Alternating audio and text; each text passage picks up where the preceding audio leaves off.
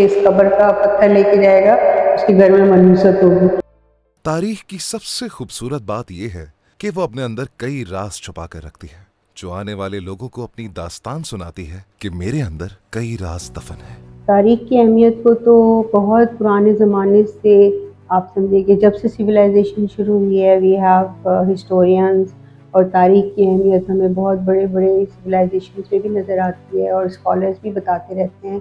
इंसान एक वो एनिमल है जिसको कि इंक्विजिटिवनेस है, कि उसके फोर फादर्स क्या करते थे, कैसे इवॉल्व हुए, और ये सारी चीज़ें आप जब तक नहीं कर सकते जब तक कि आपको अपनी हिस्ट्री नहीं पता हो। अगर हिस्ट्री नहीं मालूम है तो यू हैव नो प्राइड। अब आजकल की आप यंगर जनरेशन को देखें, उनको ये हमें बताने की ज़रूरत है कि हमने हिस्ट्री क्यों पढ़नी है, why why history, because unless you know कि आपके सिंपली जैसे आप हम अपने आप को ले लें, अगर हमें ये पता नहीं हमारे फोर फादर्स कौन थे तो हमें बहुत इंक्विजिटिवनेस होती है। एक सिंपल चीज़ है just for the younger generation, अगर आप इसको सिंप्लीफाई करें कि why to study history, so this is one thing. The second thing is to know about your culture and history is important because आप उससे ही प्रोग्रेस कर सकते हो। इसी तारीख की एक कड़ी हमें कराची में मलीर के करीब चौकंडी के कब्रिस्तान की सूरत में मिलती है, जो कराची के शोरोगुल रोजमर्रा की दौड़ती जिंदगी से चंद मिनट के फासले पर एक कोने में मौजूद अपनी कदीम तारीख और तहजीब अपने अंदर समेटे हुए है, जो कई राज अपने सीने में लिए खामोशी से खड़ा है। इसको ये ना समझें कि ये कराची कोई अचानक एक दिन में बन गया या पाकिस्तान के बाद बना है। ये बहुत पुराना शहर है। तो तारीख को अगर सही तरीके से पढ़ा जाए तो हमें बेशतर हकायक जो है वो मालूम हो जाएंगे और समझ जाएंगे। चौकुंडी का लफ्ज़ चार कोने वाली जगह जो होती है उसको चौकुंडी कहते हैं। कुंड सिंध में कहते हैं, कूना जो होता है सिंधी ज़बान में उसको कूना कहा जाता है, कुंड कहा जाता है। तो उसी वजह से ये चौकुंडी कब्रिस्तान इसलिए कहलाया गया कि इसके चार कोने हैं, इसी वजह से वो चौकुंडी कहलाती है। कुछ ऑथर्स का ये भी ख्याल है कि जो पाए नज़र आ रहे हैं कब्रों में वो पलंग के पाए हैं, चौखंडी, इस वजह से उसको कहा जाता है। मगर जब आप बलूचिस्तान और दूसरे इलाकों में देखें तो इनको रूमी भी कहा जाता है। तो रूमी क्यों कहा जाता है? क्योंकि इनिशियली लोग ये सोचते थे कि ये रोमन्स की बनाई हुई कब्रें हैं, अभी मुसलमानों की कब्रें नहीं हैं। सिंध की तारीख कई हजार साल पुरानी है। इंडस वैली सिविलाइजेशन इसका मुंह बोलता सबूत है। इंडस वैली सिविलाइजेशन तारीख का वो दरख्त है जिसकी शाखें हमें मुख्तलिफ अदवार में मिलती हैं। कई शाखें आज भी हमारी नजरों से ओझल और दफन हुई हैं, और कुछ आज भी सही हालत में अपनी जगह पर मौजूद हैं। कब्रिस्तान की जो हैसियत है, अहमियत है दुनिया में, जिस तरह वो दुनिया इसको देख रही है उस तरह हमारी हुकूमतों ने इसको लावारस छोड़ दिया था। हमारी दुनिया में पहचान है। दुनिया हमारी कब्रों को देख के उसमें उनको ये ताज्जुब होता है कि ये कौम इतनी शाहूकार कौम थी और इतने ही ये लोग अपने प्यारों से, अपने जो उस दुनिया से लोग पोछ कर गए उनको इतना अजीज समझते थे और उनके यादगार तामीर करवाते थे। और मैं समझता हूँ कि ये कनेक्शन सिर्फ सिंध का नहीं बल्कि पूरी दुनिया का है, कि आपको मिडिल ईस्ट में भी इस तरह की चीज़ें बहुत सारी मिलेंगी। मकली और चौकंडी के कब्रिस्तान उसी कदीम तारीख को नुमाया करते हैं कि सिंध की जमीन वो जमीन है जहां 5000 साल पहले इंडस वैली सिविलाइजेशन ने जन्म लिया, जो दुनिया की कदीम तरीन तहजीबों में से एक, जो सिंध की गोद में पली, जहां लोगों ने दरियाए सिंध के किनारे अपने शहर आबाद किए और अपनी जिंदगी गुजारी। वो लोग तो चले गए पर जमीन वही रही। फिर और लोग आए और तहजीबों ने वजूद पाया। हर एक ने इस पर अपने निशान छोड़े। One needs to learn from the history कि हिस्ट्री क्या थी और हम क्या थे। जब तक हमारी यंगर जनरेशन को ये पता नहीं होगा कि हम लोग कितने एडवांस थे, हमें अपने ऊपर प्राइड नहीं है ना। We look towards US and Europe, but no, we were more advanced than those countries and those civilizations. Just because of that also I think it's very very important कि आप अपनी हिस्ट्री पढ़ें।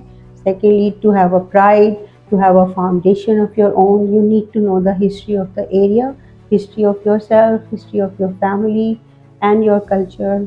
अफलातून ने Republic लिखी थी, उसमें उसने तस्वुर दिया था एक रियासत का, एक रियासत कैसे होनी चाहिए। सारी खूबियाँ उसमें उसने गिना दी कि ये रियासत में ये भी होना चाहिए, ये भी होना चाहिए। तो आखिर में उसने खुद से एक सवाल पूछ लिया कि साहब लेकिन ऐसा होना तो चाहिए, लेकिन ऐसा होगा कैसे?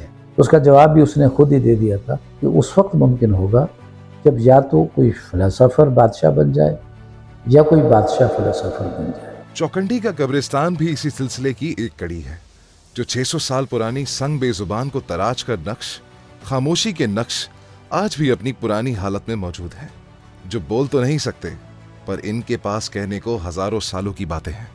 ये कबाइल यहाँ पर ज़ेरीन सिंध में और सदरन बलूचिस्तान में बहुत ही कदीम ज़माने से आबाद चले आ रहे हैं, जिनमें कलमती बलोच हैं, जोखिया कबीला है, कोहिस्तान के बुरफत हैं।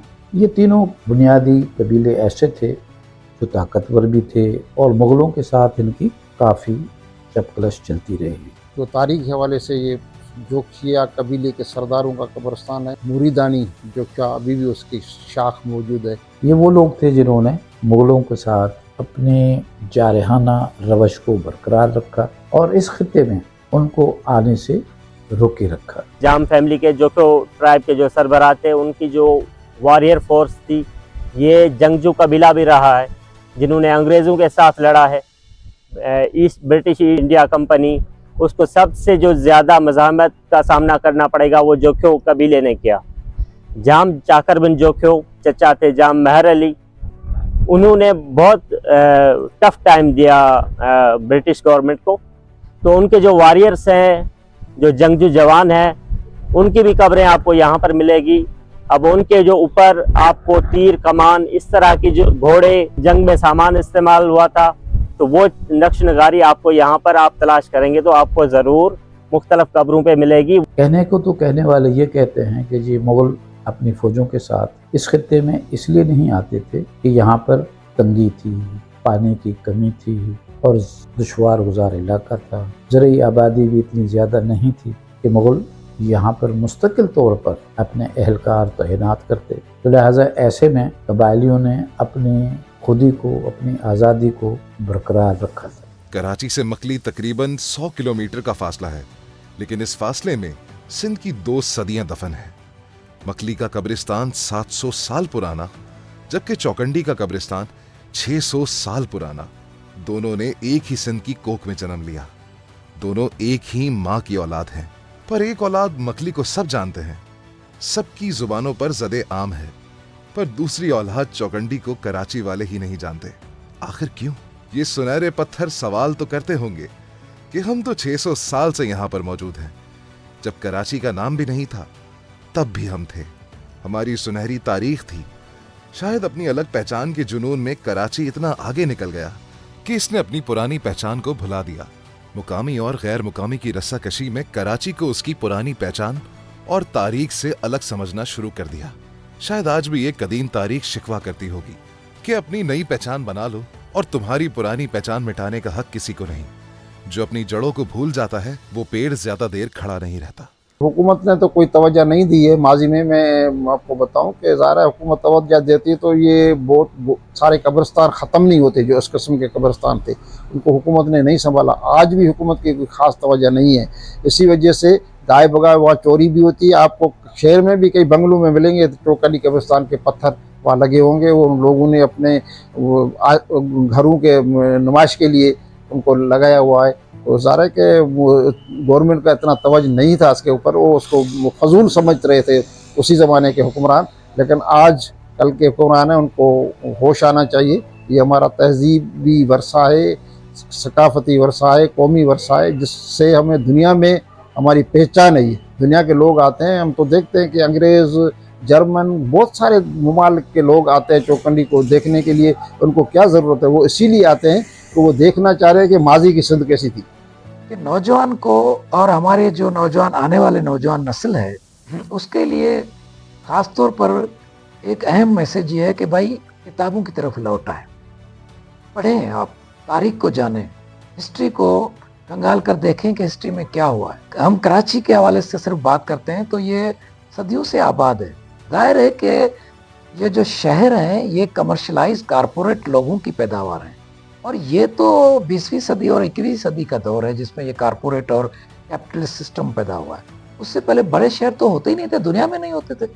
तो कराची आबाद तो ज़रूर था, वहाँ पर हिंदू लोगों की कम्युनिटी थी, पारसी लोगों की कम्युनिटी थी, मुसलमानों की थी और बहुत पुराने हवाले से हमें मिलता है कि यहाँ पर बंदरगाह भी थी, व्यापार भी होता था, लोग आते थे जाते थे और बहुत सारे पुराने लोग यहाँ आबाद थे। चौकंडी का कब्रिस्तान 600 साल पुराना विरसा है, जो कराची से 30 किलोमीटर मशरिक में नेशनल हाईवे पर वाक़ है। ये कब्रिस्तान 15वीं सदी से 18वीं सदी के दरमियान बना, जब इस्लाम इस इलाके में गालिब था। मुकामी लोग इस कब्रिस्तान को चौकंडी का कब्रिस्तान या जर्द पत्थरों का कब्रिस्तान के नाम से बुलाते रहे। रोड़ी सक्कर से जब हमारे पुराने एंसेस्टर्स नीचे आए ट्रैवल करते हुए, तो कराची में आए, और यहाँ पर भी हमें कराची यूनिवर्सिटी, लियारी नदी, शारा फैसल, इन सारी जगहों पे हमें स्टोन एज के रिमेन्स मिल रहे होते हैं। ठीक है, जब हमारे पास यहाँ कबाइल ने अपनी पहचान को अच्छी तरह से महसूस किया, तो उन्होंने अपने पुरखों को, अपने आबा अजदाद को बड़ी प्यार से, बड़ी मोहब्बत से याद करते हुए उनकी यादगारें बनाई। और ये वही यादगारें हैं जो हमारे सामने बकली के कब्रिस्तान में भी नजर आती हैं और चौकुंडी के कब्रिस्तान में। इंडस वैली सिविलाइजेशन से लेकर चौकंडी तक हमें सिंध के कदीम हाथ की हुनरकारी का फन बखूबी नजर आता है। चौकंडी के कब्रिस्तान में मौजूद नक्शो निगारी इस बात का सबूत देती है कि उस वक्त भी लोग अपने हाथ के हुनर में अपनी मिसाल आप थे, और उनकी हुनरकारी की छाप आज भी पत्थरों पर अपनी उसी हालत में मौजूद है। इसीलिए तो सिर्फ ये पत्थर नहीं, ये किसी की पूरी जिंदगी है जो संग बेजुबान में महफूज है, नक्शे खामोशी जो आज भी कुछ कहने की कोशिश में है। पीछे जितने भी आप भारी वजनी पत्थर आपको नज़र आ रहे हैं, ये सारा सैंडस्टोन कहलाता है। ये जंगशाई का इलाका है, कोस्तान वाला बेल्ट है। जंगशाई, मालमाड़ी और थाना बुला खान, सर्री, ये सारा पत्थर 600 साल पुराने दौर में ऊँटों पे लाद कर यहाँ पर लाया गया। फिर उन दिनों कारीगर्स ने यहाँ पर ही इनकी इंग्रेविंग की है।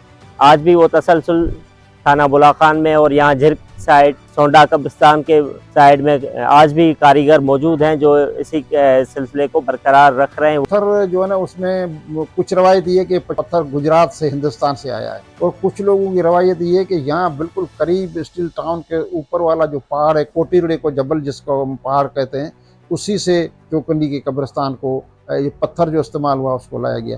तो यकीनन बिल्कुल करीब चौकंडी के तो ऐसा कोई पत्थर है ही नहीं, ये पत्थर बाहर से लाया गया है। जिस तरह कराची वालों की नजरों से ये कब्रिस्तान ओझल है, उसी तरह हुकूमत की नजरों से भी ओझल है। इसीलिए हमें कोई खातिर खा इंतजामात नजर नहीं आते जो इस कब्रिस्तान में मदफून हैं। उनकी मौजूदा नस्लें मुख्तलिफ ओहदों पर विराजमान हैं, पर वो अपने आबाओ अजदाद के इस कदीम विरसे और सुनहरी तारीख को लोगों तक पहुंचाने की कोशिश में नाकाम नजर आती हैं, जो आगे आकर बात करना और अपनी तारीख बताने में हिचकिचाहट का शिकार है। हुकूमती सतह पर इक़दामात की सख्त जरूरत है। कब्रिस्तान की तरफ जाने वाली सड़क बनाने से सिक्योरिटी इंतजामात से लेकर हेरिटेज वॉक तक के इक़दामात की सख्त जरूरत है, ताकि नई नस्ल को अपनी कदीम तारीख और तहजीब का पता लगे। हुकूमती सतह पर तो हमें हेरिटेज वॉक के इंतजामात नजर नहीं आते, पर अपनी मदद आपके तहत कुछ ऐसे लोग नजर जरूर आते हैं जो लोगों को अपनी तारीख, सकाफत और विरसे से लोगों को आशना कराने की कोशिश कर रहे हैं। ये तकरीबन 93 या 94 में पहला जो एडिशन आया था अली मोहम्मद जोखियो साहब का, जोखियो हिस्ट्री, उन्होंने बुक पब्लिश करवाई। हमारे बड़े हैं जो जोखियो फैमिली का कब्रिस्तान है, ये फलां जगह मेन नेशनल हाईवे पे वाक़ मौजूद है। तो उसके बाद तकरीबन 5-10 साल के बाद जब हमारा कराची आना जाना होता था बसों में, तो वहीं से मैं नेशनल हाईवे से हमें ये चीज़ें नज़र आती थी। वालिद साहब हमें बताते थे। जो हमें कब्रिस्तान में आप देखें, औरतों की जो कब्रें हैं उसमें भी ख़ास किस्म के पैटर्न्स मिल रहे हैं। जैसा कि आपने कहा, पाँव की तरफ हमें वो जेवर मिल रहे हैं जो वो पाँव में पहनती थी, और सर की तरफ हमें वो जेवर मिल रहे हैं जो कानों में, हेड बैंड या नेकलेस वगैरह। तो ये भी वही ख़वातीन थी जो उन सरदारों की बीवियाँ थीं या बहनें थीं, मगर ज़्यादातर हमें बीवियों की कब्रें मिल रही होती हैं उन सरदारों की। और बेटी की भी मैंने कोई एक आधी कब्र देखी है, बट चौखंडी में नहीं है, वैसे और किसी कब्रिस्तान में है, मगर चौखंडी में जितनी कब्रें मिल रही हैं वो सब उनकी बेगमात की हैं। मर्दों की कब्रों पे उमूमन जो आपको ताज नज़र आएंगे, जिसको पग भी कहते हैं, वो उस पर आप देखेंगे तो वो ताज, वो टोपी टाइप का एक बुरुज नज़र आएगा उसके ऊपर। औरतों के कब्रों पे जो जेवरात है जो उस ज़माने में पहने जाते थे, उसके निशानात मिलेंगे। आज भी ये सिंध के माशरे में ये जेवर मौजूद हैं, तो इसी हवाले से वो ज़ेवरों के निशानों से पहचानी जाती है। लेकिन उमूमन वो पग वाली कब्र जो मर्दों की है, जो सादी कब्र है थोड़ी सी वो औरत। चुखंडी कब्रिस्तान के immediately just in the near of this Chukhandi कोयले की फैक्ट्रियां बन गई। वो कोयला बनता था, सारा दिन वो ब्लैक सूट उड़ के कब्रों पे आ रहे होते थे। फिर हम लोगों ने बहुत कैंपेन चलाई कि इन कोयलों की फैक्ट्री को बंद किया जाए। I mean government is so insensitive. ठीक, लेकिन ये पूरा बैक साइड पे आपको इंडस्ट्रियल एरिया नज़र आ रहा होगा, सामने भी इंडस्ट्रियल एरिया नज़र आ रहा होगा। तो उसका जो वेस्ट है चिमनी का निकलता है, तो उसके जो यहाँ पर डिपोजिशन होती है उसकी वजह से ये सारा सैंड स्टोन है, जो पत्थर है, वो आहिस्ता आहिस्ता अपनी जो पहचान है वो भी छोड़ रहा है। इस पे जो नक्श निगारी है वो भी ख़त्म हो रही है। फिर वहाँ पे एक इंक्रोचमेंट शुरू हो गई अजीब किस्म की। आप देखें कितना ये चुखंडी आपको सड़क से नजर आता था, अब आपको नजर नहीं आता। फिर वो सड़क थी एक बनी हुई, वो भी तोड़ फोड़ दी। मतलब उधर कुछ बेहतर नहीं हुआ पहले से, सिवाय इसके कि एक दीवार बना दी गई है। चलो ये भी शुक्र है, वरना वो टोम स्टोन्स उठा उठा के ले जाते थे। जो दो वहाँ पे चौकीदार थे वो बेचारे बहुत मतलब पसंद करते थे चुखंडी को, तो उन्होंने ये स्टोरी फैला दी थी कि जो ये इस कब्र का पत्थर लेके जाएगा उसके घर में मनूसत होगी। तो जो आता था विजिटर वो उसको जुबानी स्टोरियां सुनाते थे, उसके बेसिस पे फिर लोग लाके वो पत्थर वापस रख देते थे। और बलूचिस्तान में जब मैं काम कर रही थी वहाँ पे बहुत ज़्यादा स्मगलिंग होती थी। जब हम लोगों को बोलते थे कि आपकी हेरिटेज है, इसको आप सेव करें, तो वो कहते थे हम इसको देखें, हम अपना पेट देखें, हमें तो भूख है, तो हमें तो खाने को चाहिए। ठीक, तो बेसिक नेसेसिटीज़ भी नहीं है। अगर आप टूरिज़्म को ही बढ़ाएं तो वो आपको बहुत इनकम जनरेट कर सकता है। You need a proper policy of tourism and implementation. मुझे कोई इतने सालों में आउटकम नज़र नहीं आया। अब तो इतना हो गया कि हम बोलते बोलते थक गए हैं, अब दिल भी नहीं करता कि आप बोलो। You know, I work for government of Pakistan for 40 years and I am still trying to save heritage, still trying to convince people कि आपके लिए इसकी क्या वैल्यू है। हमें अपनी स्क्रीन और स्क्रोलिंग में परवान चढ़ने वाली अपनी नई नस्लों को अपनी तारीख, सकाफत, तहजीब और विरसे के बारे में बताने की सख्त जरूरत है, क्योंकि जो कौमें अपनी तारीख, तहजीब, सकाफत, विरसे को भूल जाती हैं वो कौमें तबाह हो जाती हैं। अगर हम इस दौर में भी इस सोच में पड़े रहेंगे कि ये तारीख हमारी नहीं है, ये दूसरों की तारीख है, तो आने वाली नस्लें भी एक शहर, एक सूबे और एक ही मुल्क में रहकर भी नफरत और धड़ों का शिकार रहेंगी। इसीलिए पक्की उम्र और कच्ची उम्र वाली नस्लों से गुजारिश है, नफरत, तासुब, लसानियत और विरासत में मत बटें। तारीख, तहजीब, सकाफत, विरसा जोड़ती है और ये नफरत, लसानियत, तासुब तोड़ती है।